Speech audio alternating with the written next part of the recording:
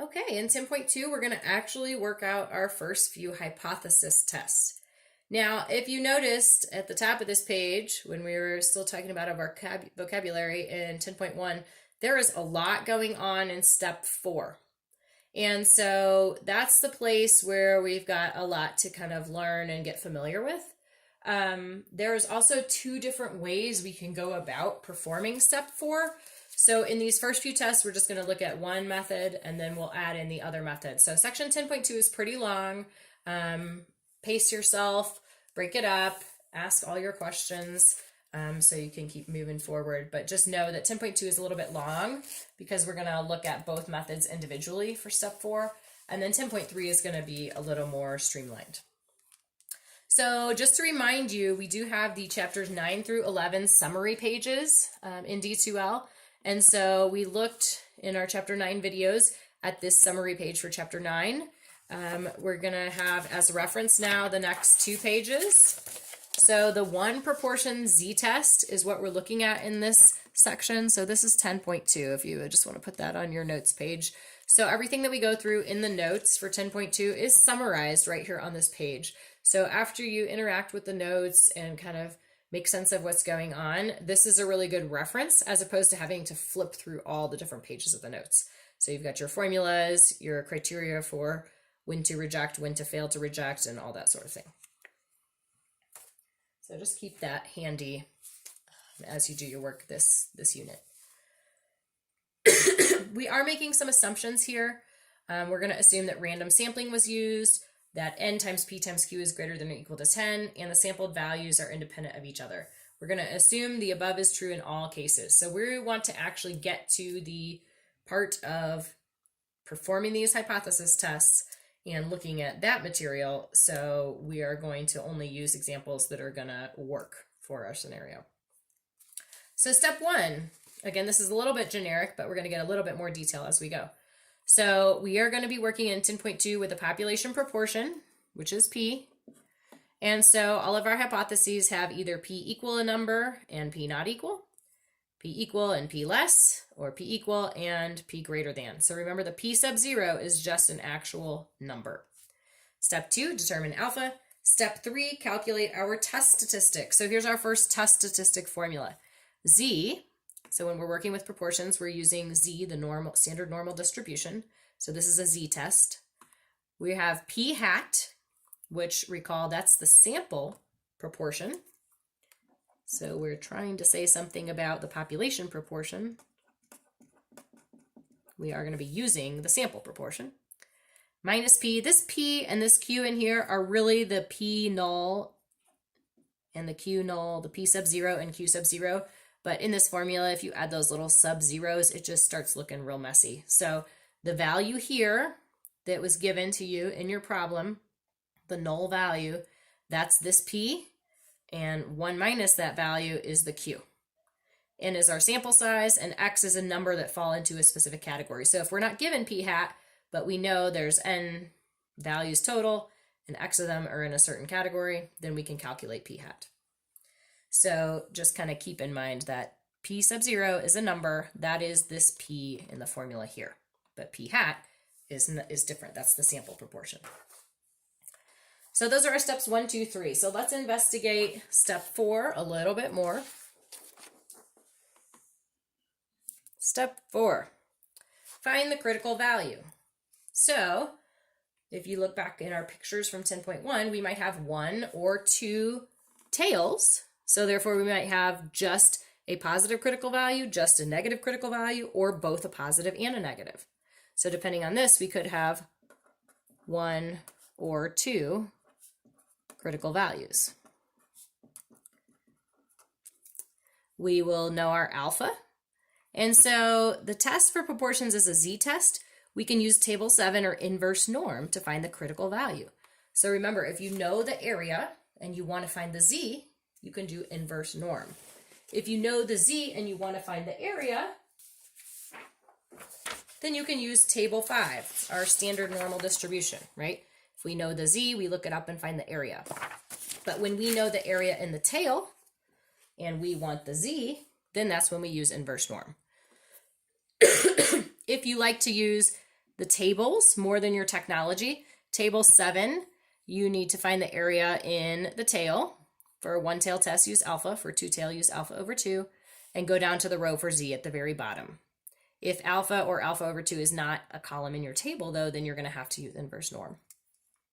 And so inverse norm, remember, we just need to enter the area, okay? And then we need to make sure we're using the positive or the negatives appropriately in terms of what critical values we know that we need. So use the correct sign, positive for right-tailed, negative for left-tailed, positive and negative for two-tailed. We're going to draw a picture, and I think you're going to be super excited because I have my super nerdy math teacher normal distribution stamp. I'm very, very excited. And so we're going to draw these lovely pictures, and we're going to shade the rejection region and place our test statistic in the picture. So then we've got our tail or tails, we've got those shaded, we've got the areas and the z values, and then we put our test statistic in there and we see what happens. If the test statistic is in the rejection region, if it's in the tail, then we reject. If it's not in the tail, then we don't reject. And finally, we state our conclusion. Either there is or is not sufficient evidence to support the claim that was made in H1.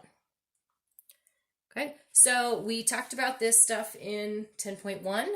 The new material is now we have an actual test statistic formula since we're working with our test on proportions here. And we've looked a little bit more about what we're doing here in step 4. So here's our first real question, and look at that. We get the whole page because we've got to do all 5 of these steps. There's a lot to do in a hypothesis test. So we're going to use this whole page.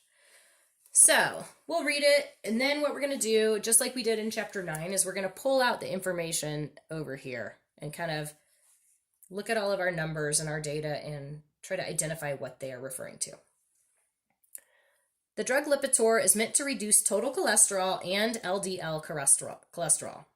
In clinical trials, 19 out of 863 patients taking 10 milligrams of Lipitor daily complained of flu-like symptoms. Suppose that it is known that 1.9% of patients taking drugs complain of flu-like symptoms. Is there evidence to conclude that more than 1.9% of Lipitor users experience flu-like symptoms as a side effect at a level of significance alpha equals 0.01? Excuse me. There is one number in here that is not important. See if you can find it. It's the 10 milligrams. I shouldn't say it's not important. It's not going to factor into our statistical calculations. It's important for whoever's taking the medication, right? But this is a little piece of extra info that it's not a mean, it's not an N, it's not an X, it's not a P or a Q, right? So let's see if we can identify these. 19 out of 863 had symptoms. So 863 is our total sample size. That's how many people were in parts of these clinical trials. If 19 of them had symptoms, that's how many fit in a certain category. So that is our X. And hopefully at this point you think to yourself, oh, if I have X and I have N, then I have my sample proportion. I have my P hat. So P hat is X over N is 19 over 863.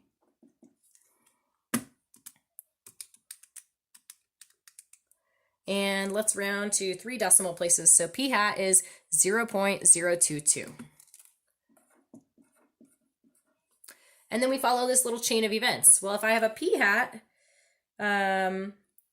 what about regular P? What's going on there? What other numbers do I have? Okay, so I've got the 19 and the 863. I've got this 1.9%. Okay. Suppose that it is known that 1.9% of patients taking drugs complain of flu-like symptoms. Is there evidence to conclude that more than 1.9% of users experience flu-like symptoms? So this is kind of the given information, the status quo. This is our null value of P. So P null, I'm just going to write it as P, is 1.9%, but I'm going to use the decimal, 0.019. And you won't maybe feel this until you have done several of these, but I know in that test statistic formula, there's some Q, right? Is it a Q hat? Is it a Q sub 0? What is it? So I can flip over to my formula sheet. It's a Q that matches up with the P, okay? There's a P hat, but it's not a Q hat, it's a regular Q. So it corresponds to the regular P. So my Q is 1 minus the P.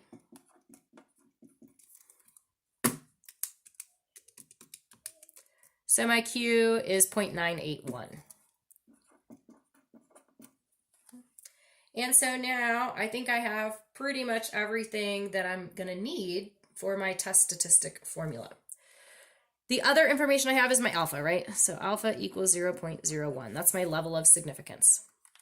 So this is all just pulling information out from the word problem. This is a hard thing to do. Once you become a master at that, then the rest of the problem, they're just going to flow for you. I know they will. This is often the hardest part. Okay. So this was just us reading and processing and seeing what we're dealing with. We have not even started really the hypothesis test. So step 1, I'm going to write my hypotheses. I'm going to say where my claim is, and I'm going to identify if it's a left, right, or two-tailed test. So what they say is that it is known that 1.9% of patients taking drugs have these flu-like symptoms. So what we have to start with is that for our whole population, P is 0.019. Based on these clinical trials, we are trying to figure out, okay, is there evidence to conclude that more than 1.9% have symptoms? So P greater than 0.19. So this is my claim, and it is a right-tailed test. In step 2, I identify my alpha, and that's a super boring step, but hey, we'll go with it. In step 3, we're calculating the test statistic. So we need our little formula for that. I'm going to write it out first so that I have it as a reference with all my variables. So from my formula sheet, Z equals P hat minus P over square root of P times Q divided by N. So just be careful that you don't swap around the different P's, or here that you don't calculate a Q hat when what you really need is a regular Q. So P hat 0.022 minus P 0.019 divided by big square root P times Q 0.019 times 0.981. Oops. 981. Sorry, that's messy. Divided by N, which was 863.